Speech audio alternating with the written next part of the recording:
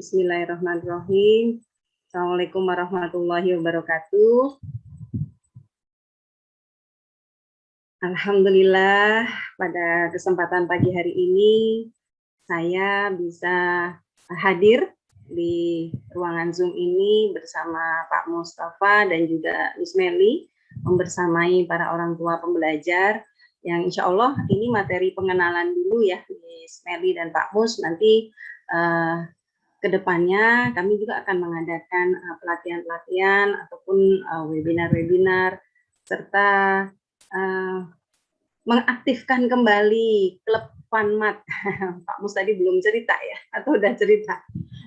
Mungkin saya kelewat. Jadi sharing-sharing sedikit satu momen yang membuat kemudian saya dan Pak Mus punya concern ya, menguatkan kompetensi literasi dan numerasi pada anak-anak kami dan juga anak-anak khususnya di bintang juara. Waktu itu sekitar 1 tahun sebelum pandemi itu kayaknya ujian nasional terakhir begitu ya untuk anak-anak SD, dan alhamdulillahnya anak kami yang nomor 1 ya sempat merasakan ujian nasional gitu, sehingga kami punya pengalaman yang sangat bermakna ya, melekat sampai sekarang yang kemudian terus menjadi bahan evaluasi kami terhadap bagaimana kami mendampingi anak-anak kami menguatkan fondasi kemampuan literasi dan numerasi. Selain juga bab Islam ya, materi-materi keislaman itu udah pasti. Nah, kami juga sebagai orang Muslim. Nah, ternyata pada saat itu mungkin sebelumnya sudah kerasa gitu ya. Tadi Pak sudah menyampaikan di kelas 5 gitu. Beberapa konsep dasar yang kemudian pengembangan dari mulai kelas 2, 3 gitu ya, dan 4 ternyata belum cukup kuat dipahami oleh anak pertama dan kedua gitu ya. Ya, banyak faktor begitu, namun kami segera mengevaluasi dan mengidentifikasi, terutama Pak Mus ya, gitu ya. Jadi kami cek gitu ya antara materi kelas 5, 6, kemudian di kelas 6 semakin, nah kok ini materi kelas 3 harus diulang lagi, harus dikuat lagi.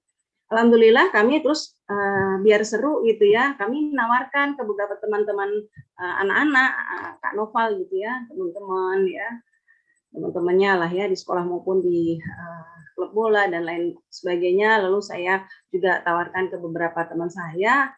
Akhirnya terbentuklah klub Funmat itu yang setiap hari Ahad begitu ya, Ahad siang sekitar jam berapa kalau salah, jam 1 gitu, sampai asar. Adalah sekitar 10 gitu ya. Mungkin beberapa orang tua yang anaknya pernah ikut klub tersebut hadir di sini. Saya lihat beberapa nama tadi ada yang hadir misalnya ya. Jadi beberapa orang tua siswa yang kakaknya seumuran dengan anak saya nomor 1. Nah, dari situ kebaca nih mappingnya, profilnya anak-anak ini beragam gitu ya, dari berbagai macam sekolah itu beragam. Ya, memang perlu penguatan. Alhamdulillah didampingi langsung oleh Pak Mus gitu ya, dengan berbagai kesibukan beliau. Memang tidak bisa secara awalnya sih masih bisa seminggu sekali di Ahad gitu ya, kadang 2 minggu sekali, kadang sebulan sekali, sampai akhirnya anak-anak ini terlihat progresnya, mungkin sekitar 10 kali pertemuan begitu ya sebelum ujian nasional. Ya, penguatan-penguatan termasuk anak-anak yang sebetulnya pinter di dalam matematika, tapi ternyata dalam penjelasan mereka kurang kurang detail, kurang sistematis gitu. Nah, jadi akhirnya alhamdulillah singkat cerita setelah ujian nasional, dari yang awalnya mereka ketika try out begitu ya, anak-anak ini termasuk anak saya mungkin nilainya 6,8 gitu, saat ujian nasional itu bisa mencapai 7, sekian. Dari yang tadinya dia mungkin di nilai-nilai matematika itu 8, ujian nasionalnya itu hampir mencapai sempurna, jadi 9, sekian. Hampir semuanya mengalami kenaikan. Bahkan ada yang selama tryout itu nilainya sekitar 5, 4 gitu ya. dia di ujian nasional sampai bisa mencapai 6 lebih. Ya, kata orang tuanya, wah ini terbaik di kelasnya apa di sekolahnya gitu ya. Gimana saya kurang paham juga ya. Gitu. Jadi dari situlah kami concern, dan tadi juga sudah disampaikan oleh Pak Mus ya, bagaimana keterampilan abad 21 itu membutuhkan ya communication, critical thinking, creativity, dan collaboration. Dan disinilah ya literasi dan numerasi itu penting. Nah, basicnya, fondasinya, ternyata pengalaman kami membersamai anak-anak kami, dan kemudian alhamdulillah sejak tahun 2013 saya memiliki ide membangun PAUD Pesan Bintang Juara untuk anak yang ketiga begitu ya. Pada saat itu anak yang ketiga usianya 3 tahun gitu. Jadi pas nih murid yang pertama. Kemudian yang anak yang keempat berselang 3 bulan kemudian lahir. Oh, nanti yang anak keempat masuk juga nih kan di sekolah Bintang Juara. Jadi kami ingin melihat bagaimana kualitas dari program pendidikan pengasuhan yang kami inisiasi dengan belajar terus dalam membersamai anak sebelumnya, anak nomor 1, 2, dan kemudian kami mempelajari banyak pelatihan-pelatihan ya, termasuk di Al-Falah, bagaimana menerapkan pembelajaran yang memahami kebutuhan perkembangan anak, tahapan psikologis anak. Nah, oke, saya ingin masuk dulu di tataran PAUD gitu ya. Kalau kita bicara pendidikan anak usia dini, tentulah kita menyadari bahwa itulah yang paling penting dalam membangun neuron atau sel saraf otak anak. Ketika di usia 0 sampai kurang lebih 7 tahun, ya, kita tidak memberikan stimulasi yang tepat, bahkan kita terlalu cepat ingin melompat ya, di stimulasi-stimulasi yang ibarat memaksakan anak untuk naik ke lantai 5, padahal dia harus memulai di lantai 1, 2, 3, dan bahkan mungkin ada beberapa anak ya yang capaiannya itu tidak terlalu cepat gitu ya, sehingga kita perlu memberikan tadi pijakan atau scaffolding. Nah, itulah dunia anak usia dini, pendidikan anak usia dini. Ketika kita tidak memahami gimana sih cara anak-anak ini belajar, ya, anak usia dini belajar, lalu bagaimana sih anak SD kelas 1, 2 yang notabene sebetulnya kalau saya amati masih banyak sekali membutuhkan ya prinsip-prinsip belajar lanjutan dari dia di pendidikan sebelumnya, yaitu PAUD atau TK. Karena memang ya tidak semua anak-anak ini selesai dalam hal fondasinya di usia TK, sehingga ketika di SD kelas 1 ya belum tuntas PR-nya, penguatannya, konsep-konsep literasi, numerasinya belum tuntas, numpuk nih. Padahal anaknya udah dinyatakan naik kelas 2. Wah, di kelas 2 numpuk lagi, padahal anaknya sudah dinyatakan naik kelas 3, dan seterusnya. Sampai pada saat anak ini kelas 5 atau kelas 6, gurunya mengeluh. Nah, ini tidak hanya pengalaman. Kalau saya lebih, anak saya ada kekurangan ya, sudah ayo kita cari gimana ya gitu ya. Tapi ternyata masuk keluhan-keluhan dari beberapa kali webinar ataupun saya dicurhatin guru, ibu ini murid saya udah kelas 5, ada yang udah kelas 6, belum membacanya belum paham, ada yang belum lancar menulis dan seterusnya. Matematikanya, bahkan kemarin ada persoalan tadi ya, sudah kelas 4, tapi untuk penjumlahan pengurangan belum kuat dan seterusnya. Nah, ini bagaimana? Kalau memang dia memerlukan kondisi khusus, bagaimana? Kan seperti itu. Apakah kita nanti akan mengulang kembali atau masih bisa dikejar materi yang sesuai sekarang dia jenjangnya, tapi kemudian mementaskan di sebelumnya. Bunda, kalau kita lihat prinsip belajar anak usia dini, pasti tadi sudah sampaikan Pak Mus juga ya, sebetulnya anak SD pun gitu ya, karena masih banyak PR dari anak SD itu yang belum tuntas, apalagi 2 tahun ini pandemi, anak-anak di rumah yang bisa jadi orang tua dengan berbagai kesibukan tidak 100% ataupun tidak optimal dalam pendampingan yang biasanya disupport oleh guru di sekolah begitu ya, terutama anak-anak TK, anak-anak jenjang kelas bawah, sehingga fondasinya belum selesai, fondasinya belum kuat, sudah masuk SD yang di situ memang kemampuan literasi ini sangat dibutuhkan gitu ya. Kalau anak-anak ini tidak siap, ya hanya sekedar tadi Pak Mus bilang, hanya sekedar cepat menghafal rumus-rumus, cepat menghafal perkalian 5 kali 5 25 dan seterusnya gitu ya, cepat membaca, hanya sekedar membaca cepat begitu ya, hanya sekedar berhitung cepat, hanya sekedar menulis cepat, maka dia nggak paham. Dia banyak sekali konsep-konsep yang itu semestinya pemahaman itu ada di usia dini. Saya mengalami betul anak yang nomor 3 sedikit berbeda dengan anak yang nomor 1, 2 maupun 4 dalam hal dia pemahaman ya bahasa gitu. Ya, kemudian kami belajar terus, oh ada indikasi disleksia, diskalkulia, tapi saya titip kepada semua gurunya termasuk ketika kami pada saat itu lanjut meneruskan membangun SD Islam Bintang Juara dan anak saya nomor 3 adalah murid yang pertama juga. Ciptakan tadi ya suasana belajar, cara belajar yang menyenangkan, yang memahami kebutuhan anak, perkembangan anak, kemudian juga ciri-ciri khususnya dia, kemudian kita beri pengalaman-pengalaman tadi Pak Musyo sudah menyampaikan yang bermakna. Alhamdulillah kurang lebih di kelas 2 dia sudah semakin progresnya gitu ya.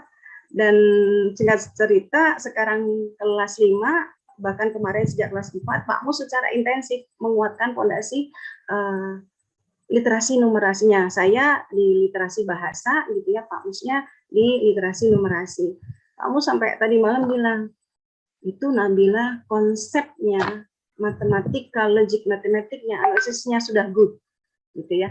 Hanya untuk speednya perlu dilatih terus ya, dengan konsisten supaya bisa lebih cepat untuk speednya.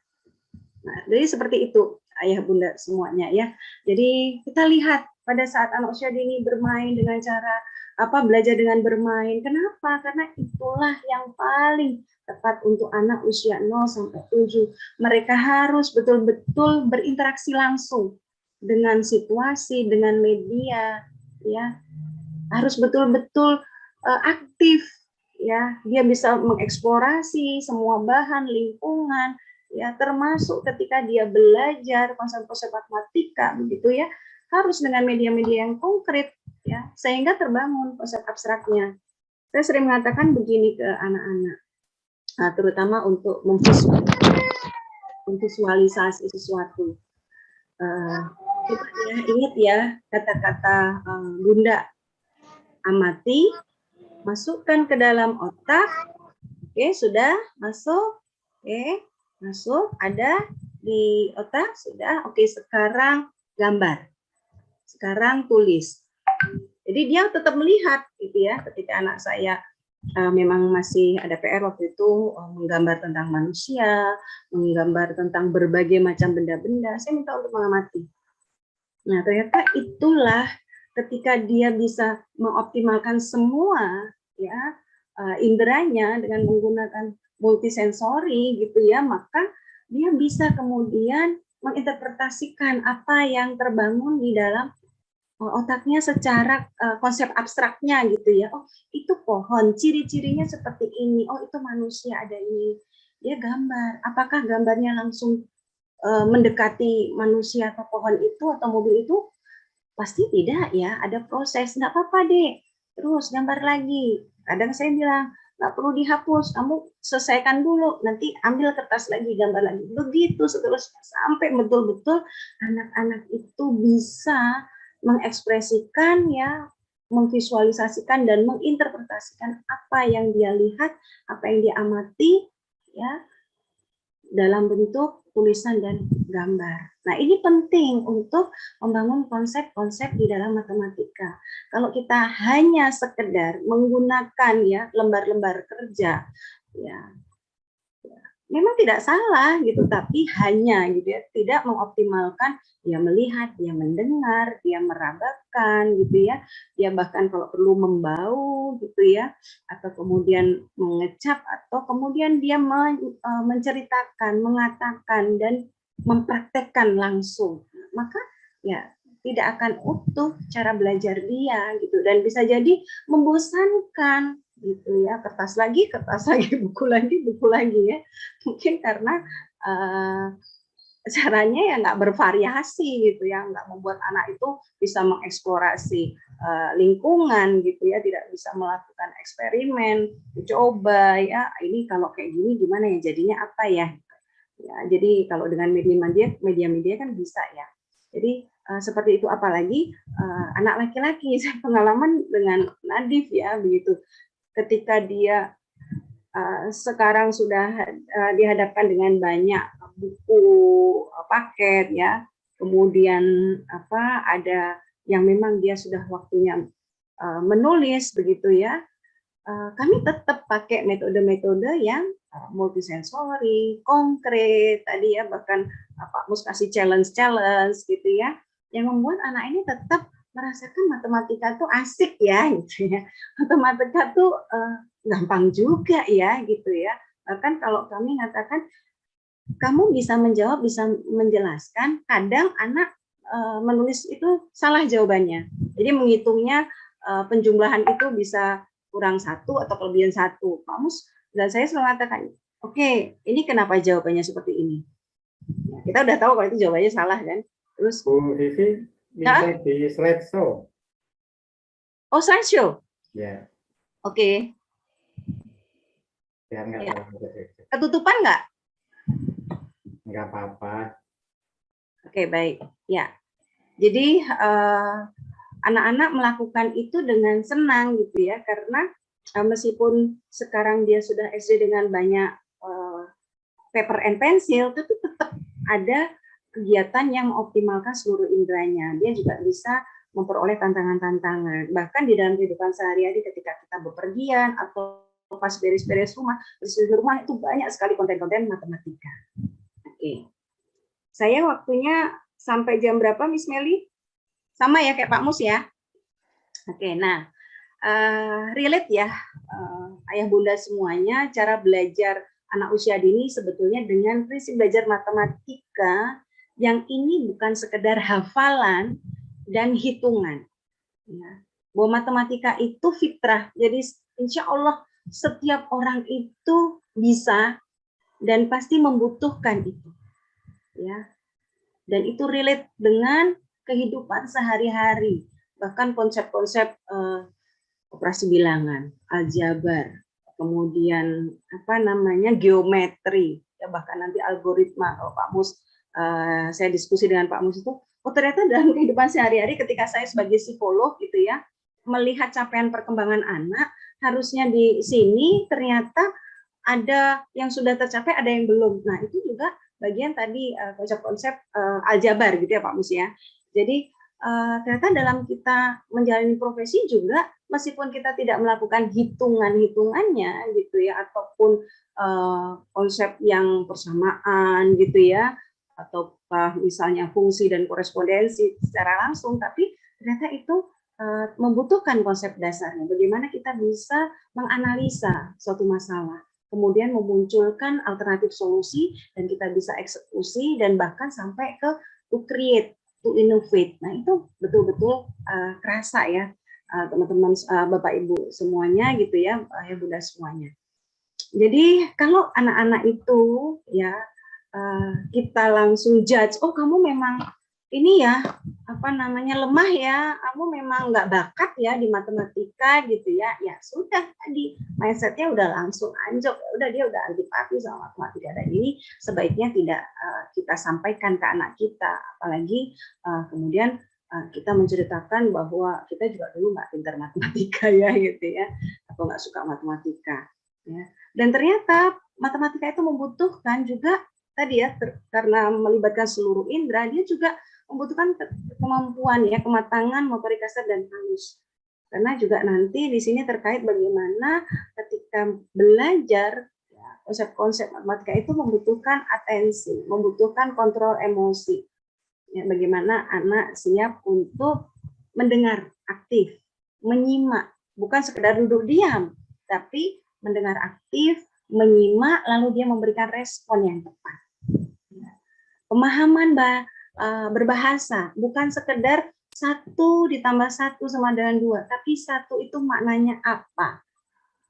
Plus itu maknanya apa? Ketika kemudian ditambah 1 lagi maknanya apa? Sama dengan itu maknanya apa?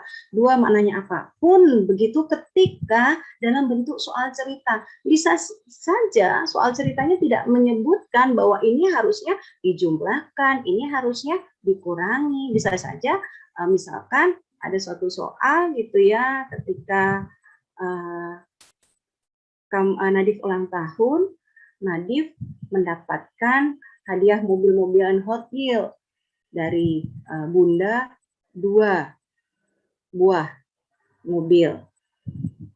Sebelumnya Nadif sudah punya 10 buah mobil Hot Wheels. Nah, sekarang Nadif punya berapa mobil Hot Wheels? Nah, itu kan dia harus bisa memahami kalimat matematika itu ya, kalimat soal itu kemudian membuatnya kalimat matematika. Nah, itu yang penting untuk kita pahami. Kalau kita jarang menstimulasi anak dengan kegiatan membaca, pemahaman bacaan, lalu kita bertanya apa pemahaman dia terhadap bacaan, maka dia juga akan lemah di dalam pemahaman konsep-konsep matematika di dalam realitanya di kehidupan sehari-hari dan soal-soal cerita.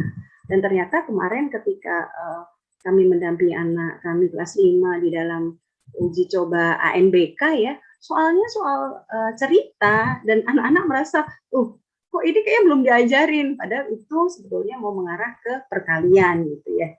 Jadi bisa jadi anak ini sudah paham kalau ini dikali ini sama dengan ini, tapi karena soalnya cerita maka dia butuh terus-menerus dikuatkan dan proses latihan.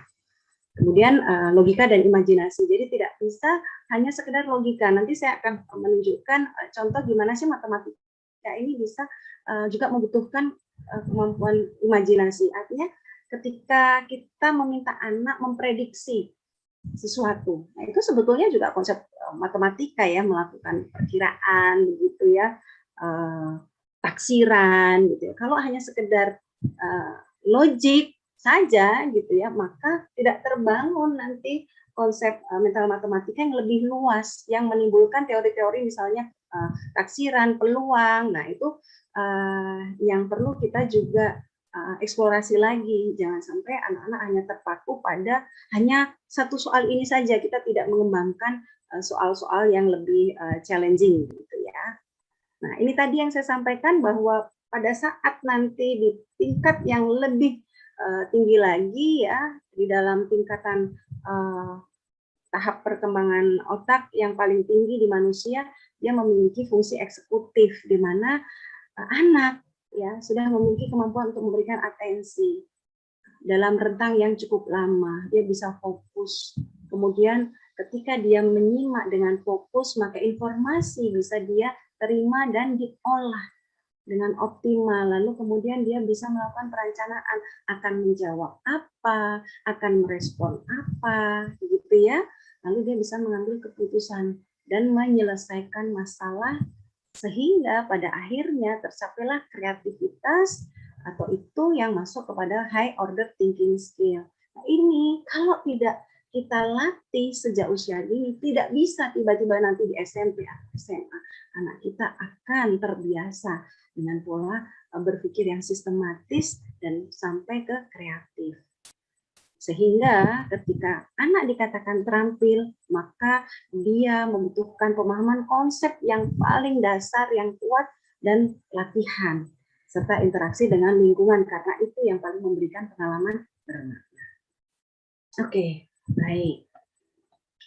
Jadi cukup jelas ya kalau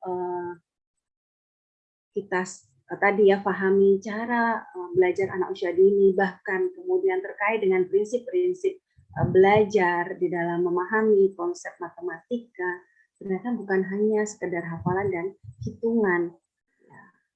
banyak sekali di dalam kehidupan sehari-hari yang kita bisa kaitkan dengan konsep matematika, dan itu harus dibangun sejak fondasi supaya nanti dia siap dengan perubahan zamannya nanti, teknologinya nanti, ya, keterampilan, salah satunya keterampilan abad 21, sehingga dia tidak mudah mengeluh, tidak mudah menyerah, ya, dia akan selalu berpikir yang luas, yang terbuka, yang kreatif dan inovatif.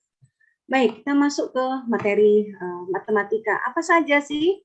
Ini ada sebuah situasi, ya. Nah, boleh ya dijawab di chat begitu. Konsep matematika apa yang bisa kita munculkan ketika di suatu ini pengalaman waktu itu saya cukup terkesan gitu ya dengan jawaban Nadif waktu itu masuk TK kalau nggak salah ya. Boleh dimunculkan jawabannya, kira-kira kita bisa kita bisa memunculkan pertanyaan apa nih ya? Ada jawaban nggak, Miss? Sudah ada, Miss Meli? Kira-kira ini saya ketika itu, atau kalau Bunda dihadapkan pada situasi seperti ini, mau mengenalkan konsep matematika apa? Ada yang bersedia sharing?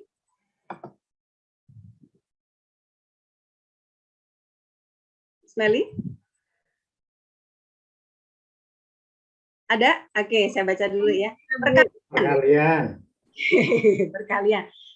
Pembagian itu masih TK ya, masih TK ya. Waktu itu PKB kalau nggak salah ya, Pak Mus nggak ikut waktu itu ya. Oke. Ya, Pak Mus sambil melihat pertanyaan di chat udah banyak juga. Ada lagi kalau masih TK bisa sih perkalian bisa ya, oke. Berapa jumlah sapu? Sapu itu timbangan. Jadi kami flashback ke rumah Eyang kakung saya, Eyang buyut kakungnya anak-anak, di seberangnya stasiun Poncol, itu kan ada kantor meteorologi. Nah, pojokan itu dulu rumah Eyang saya. Beliau Pak Dinas di Dinas Meteorologi. Nah, pas jalan-jalan ada bapak-bapak sedang memindahkan timbangan ini yang mau habis ditera gitu ya, dari dalam ruangan ke situ. Besar kecil batang sari, oke, baik ya, ini timbangannya. Oke, pengurangan boleh.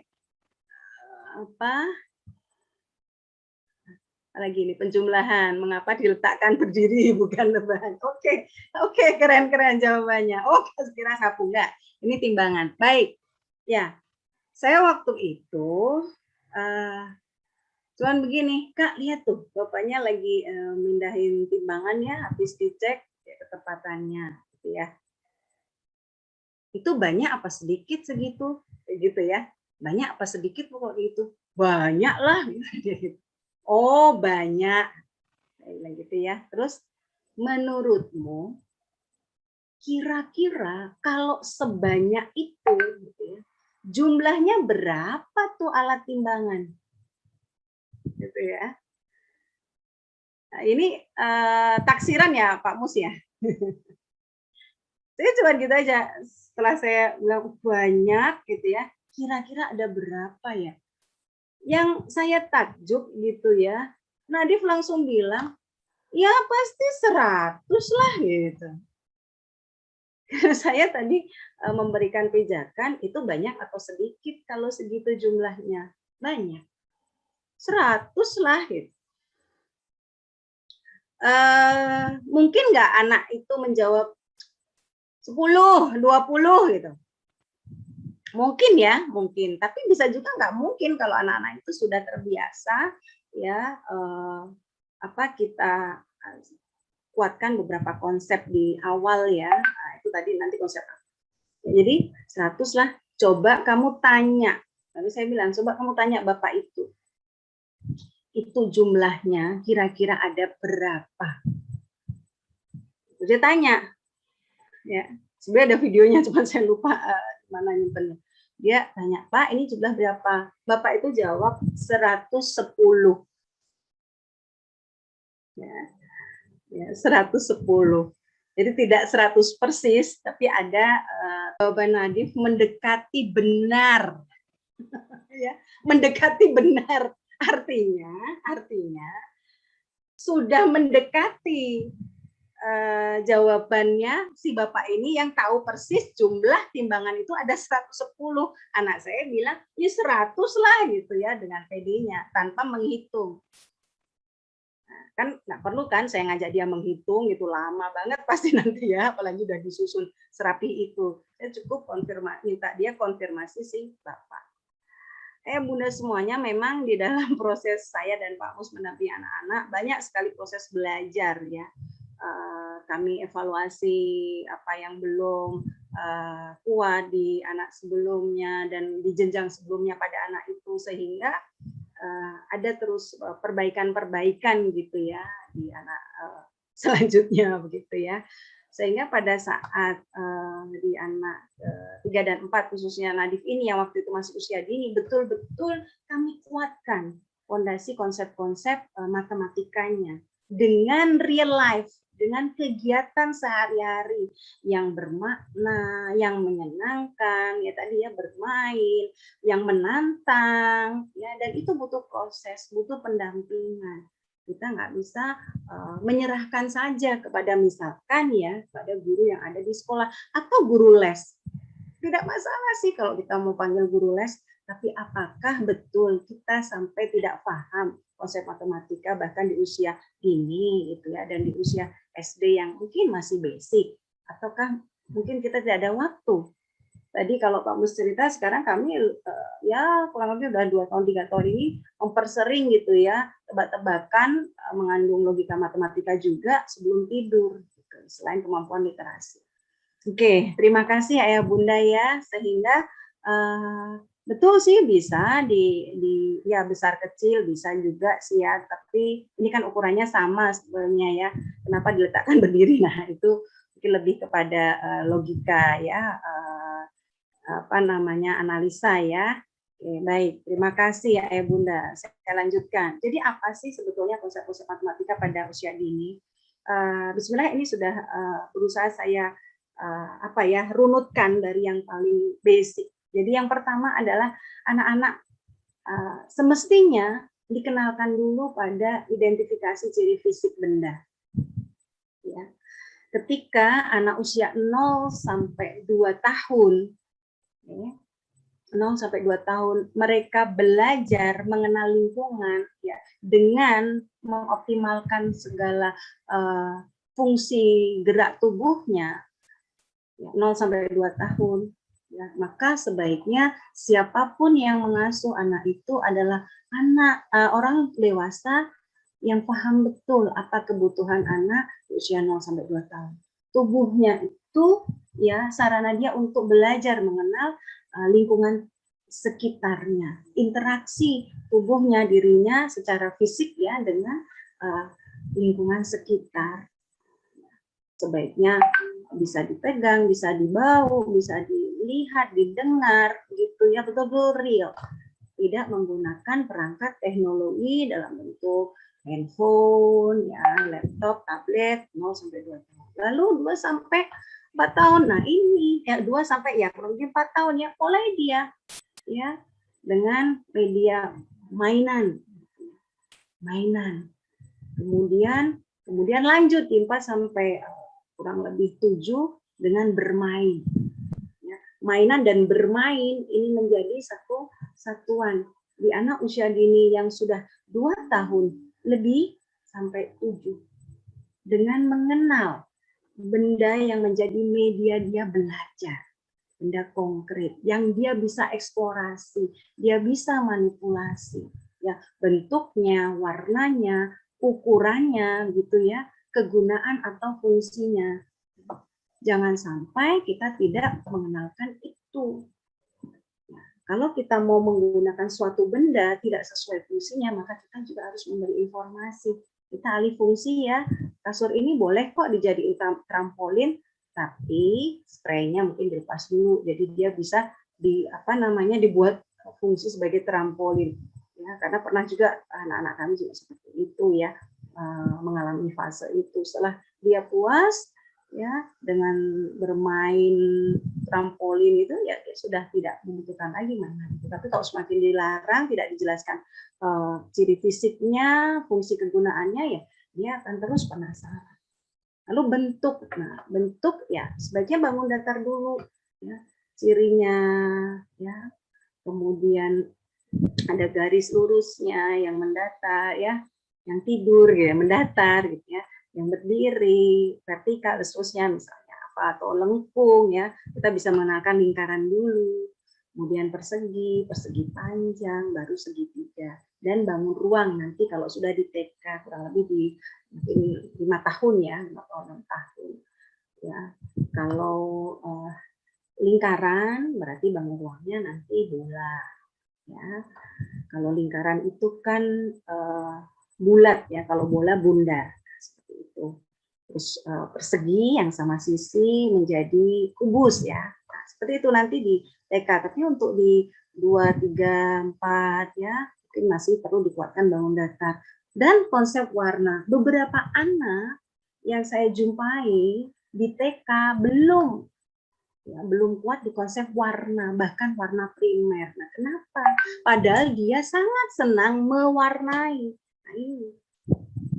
Apakah dia hanya sekedar mewarnai, oh bagus ya, gitu ya kan, kita kalau mau memuji tuh hanya sekedar memuji, bagus ya, pinter ya, tapi kita tidak memberikan informasi ciri fisik itu warnanya apa, pakai warna apa, oh suka pakai krayon warna kuning, oh yang ini dicampur sama hijau, seterusnya, sehingga nanti di berbagai kegiatan bermain dia, misalnya air ya, yang kemudian disediakan warna-warna primer ya, merah, biru, dan kuning. Ketika mereka mencampurkan 2 warna ya, atau 3 warna itu akan menjadi warna-warna sekunder.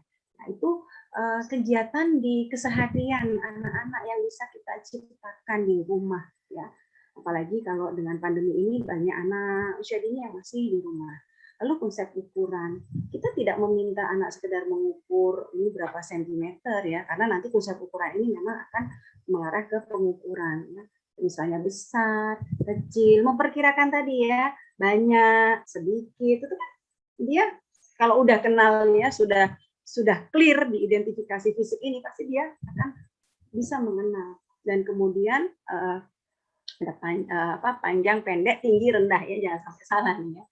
Panjang, pendek, tinggi, rendah. Terus konsep kosong, isi, berat, ringan, tebal, tipis, dan itu sangat berkaitan dengan bagaimana anak berinteraksi dengan meraba, memegang, ya tebal, tipis, berat, ringan, sehingga dia benar-benar memiliki awareness, ya alert, kesadaran terhadap benda yang ada di lingkungannya, bukan sekedar menghafalkan saja. Oh, kalau berat itu kalau 50 kilo lebih berat dari 10 kilo, padahal dia nggak betul-betul membuktikan, tidak betul-betul berinteraksi dengan benda-benda itu. Oke, selanjutnya berkaitan dengan tadi, ketika tadi sudah clear yang pertama, maka dia akan bisa melihat persamaan, perbedaan, ya. Nah nanti nyambungnya ke ini sortir dan klasifikasi. Dia bisa ketika ada misalkan ya, anak saya senang waktu itu funny block yang kayak koin itu ada banyak warna ya, kemudian campur ada mainan mobil gitu ya, saya bilang gini, terus ada juga mainan apa sih waktu itu, binatang-binatang. Oke, sekarang coba kita sortir dulu ya, kita mau klasifikasi nih, mau dikelompok-kelompokkan. Saya kenalkan juga kalimatnya. Coba disortir dulu sesuai cirinya yang sama. Itu langsung yang funny block dan funny block, kemudian yang mobil dikeluarkan digabung satu, terus yang binatang juga demikian. Dari situ ketika menata ya mainan, anak-anak sebetulnya real life-nya belajar di sini. Membantu orang tua, membantu saya menata di dapur, misalkan ya habis asa-asa dia bisa melakukan sortir, klasifikasi, itu juga sangat bermanfaat. Nah, nyambung juga di korespondensi satu-satu nanti di materi atau hubungan satu-satu itu, misalkan ada 2 kelompok begitu ya, kita Misalnya nih ya, kita punya pensil, ada pensil spidol, ada tutupnya, terus tempat tempat makan ada tutupnya, gelas dengan tutupnya, atau misalkan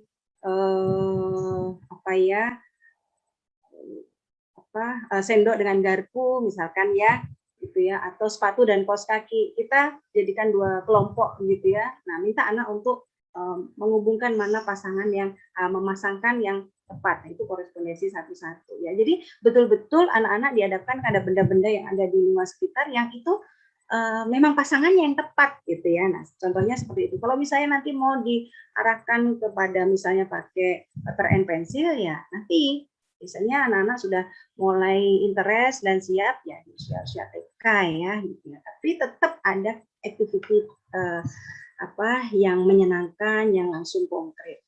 Begitu juga tadi melakukan perbandingan mana yang lebih tinggi, lebih rendah, lebih berat, lebih ringan, melakukan pengukuran dengan alat ukur baku ataupun tidak, dan perkiraan-perkiraan atau taksiran-taksiran.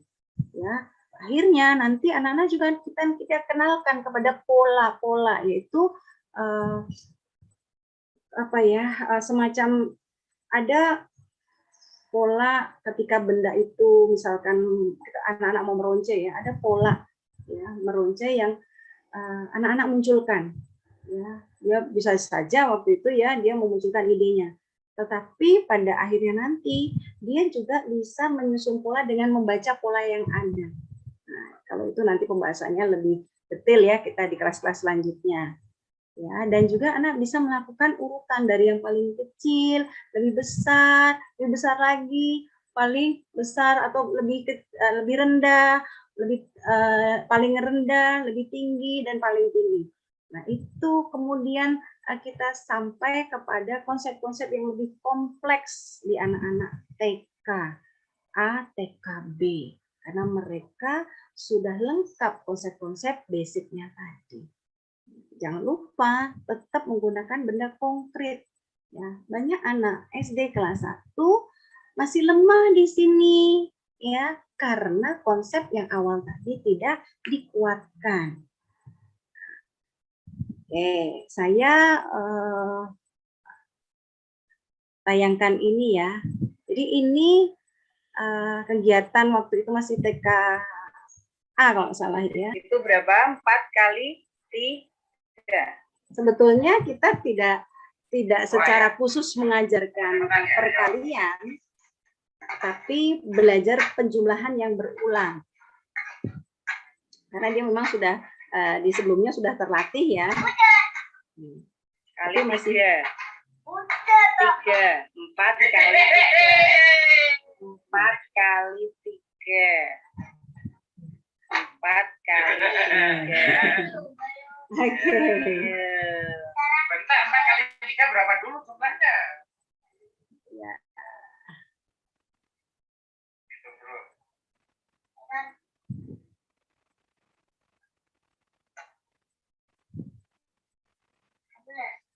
Hitung lagi, nih 4 kali 3. Ya, hitung.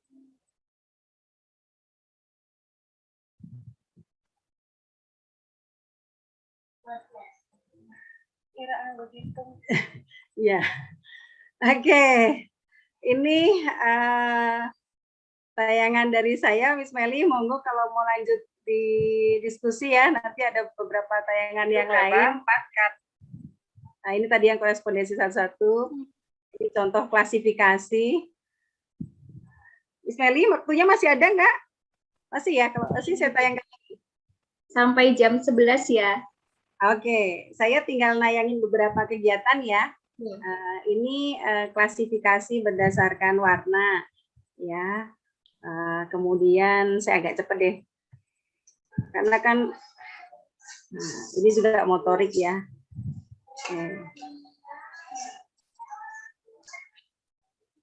Ya, motoriknya. Oke. Ini anak kelompok bermain. Kelompok bermain ya, Miss ya. Ya. 3 sampai 4 tahun. Ya, di sini juga ada motorik halusnya ya, Miss Meli ya, gitu ya, ada motorik halusnya. Ayah bunda juga bisa menstimulasi itu ya tanpa harus selalu motorik halus itu dengan menulis ya, karena sebetulnya untuk menguatkan koordinasi jari jemari ya, kemudian mata dan gerakan jari jemari itu juga penting ya. Ini bermain bola tadi ya saya sampaikan, tahapan yang tertinggi baca pola ya Miss Meli ya. Ini contohnya seperti ini. Saya tidak bahas secara khusus tentang tahapan meronce. Kemudian ini lambang bilangan dan maknanya. Oke, ini dari orang tua siswa ya. Angka berapa? Angka berapa itu? 2. Kasih tunjuk ke sini angka 2. Balik. Oke, sekarang Sian ambil biji jagung 2.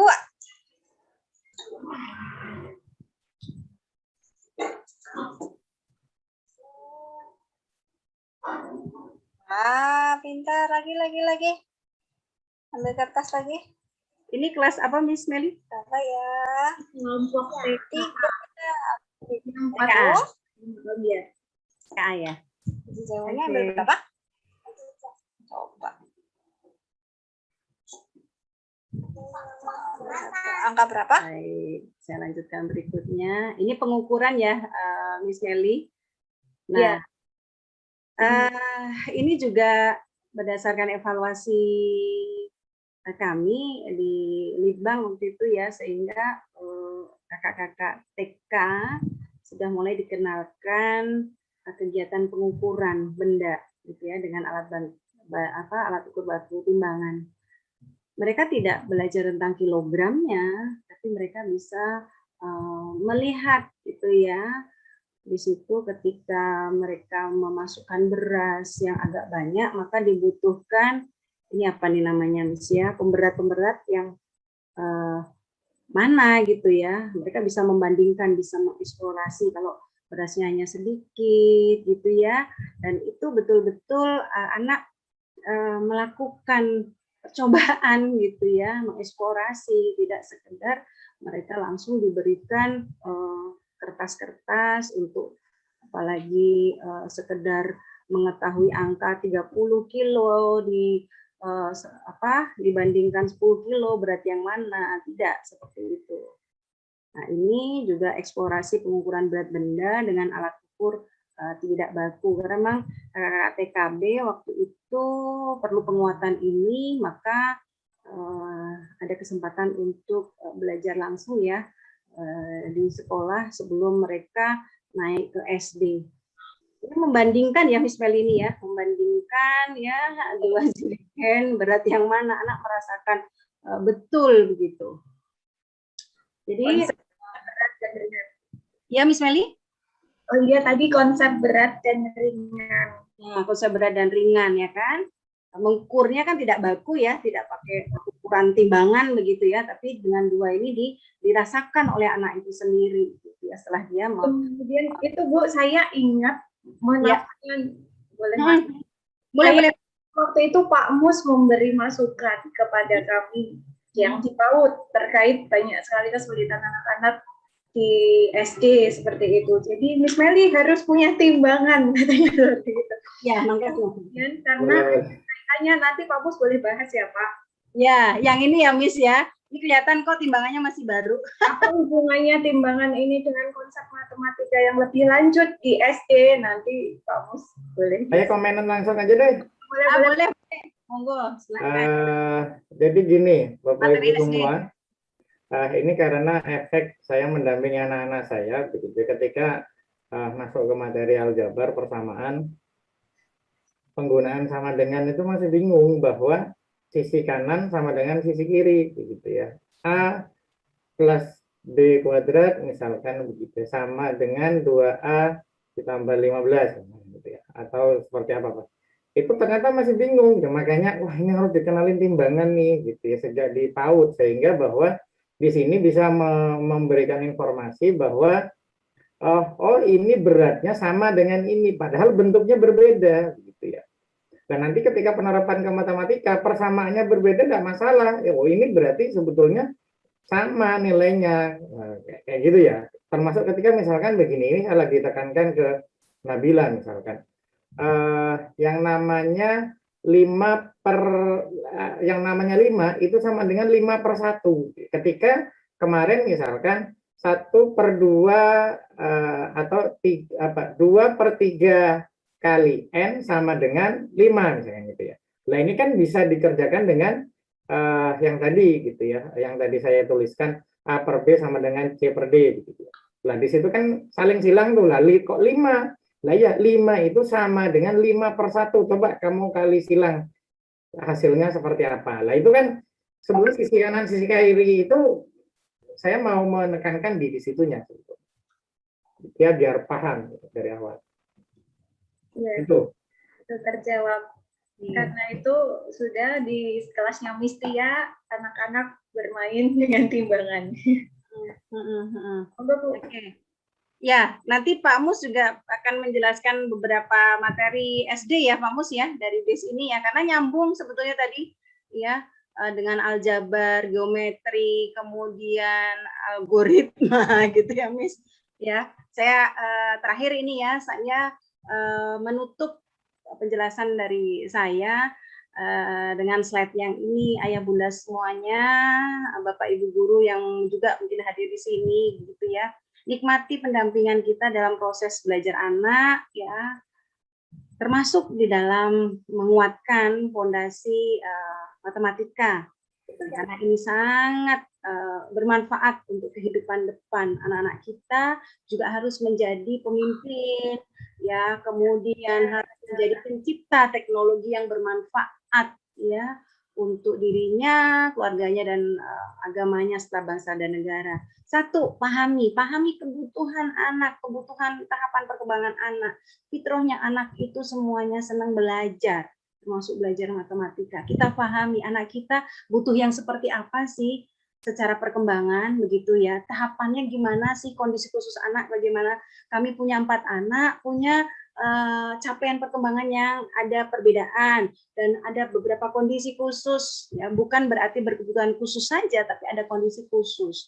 Kalau memang ada indikasi berkebutuhan khusus, maka silahkan konsultasi pada ahli yang lebih kompeten, bisa dokter tumbuh kembang, bisa psikolog anak ya. Nah kemudian dampingi gitu ya, rancang kegiatan dengan media-media yang tadi sudah saya jelaskan dan Pak Mus. Lalu lakukan ragam kegiatan yang bervariasi bersama anak ya.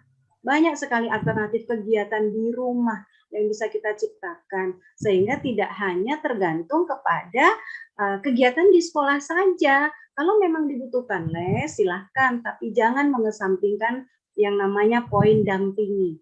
Lalu pada saat dampingi jangan lupa mengamati dan catat perkembangan anak. Sampai di mana sih anak ini progresnya gitu ya.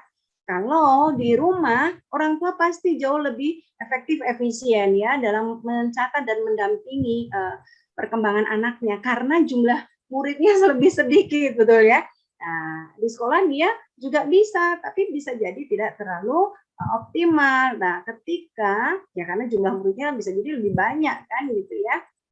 Jadi ketika kita memiliki kesempatan mendampingi di rumah, meskipun hanya 10 menit, 15 menit, seperti yang saya contohkan dengan Pak Mus tadi, kami pun di rumah, meskipun malam sudah ngantuk begitu ya, udah apa namanya ya, mungkin capek gitu ya. Tapi anak-anak selalu interest, membuat kami jadi lebih semangat lagi, main tebak-tebakan ya, ada sedikit guyonan gitu ya, agak dikreasikan sama Pak Mus, jadi pertanyaannya sehingga membuat geli, membuat anak berimajinasi gitu ya. Dan yang terakhir, evaluasi perkembangan itu supaya kita bisa menetapkan target yang tepat ya, yang lebih sesuai kondisi perkembangan anak. Lalu pahami lagi dia butuh apa sih, dia capaian perkembangannya di mana sih gitu ya. Terus begitu. Jadi 3 poin penting ini membuat kita sebagai orang tua dan guru akan menikmati pendampingan proses belajar anak, termasuk di dalam menguatkan fondasi matematika mereka.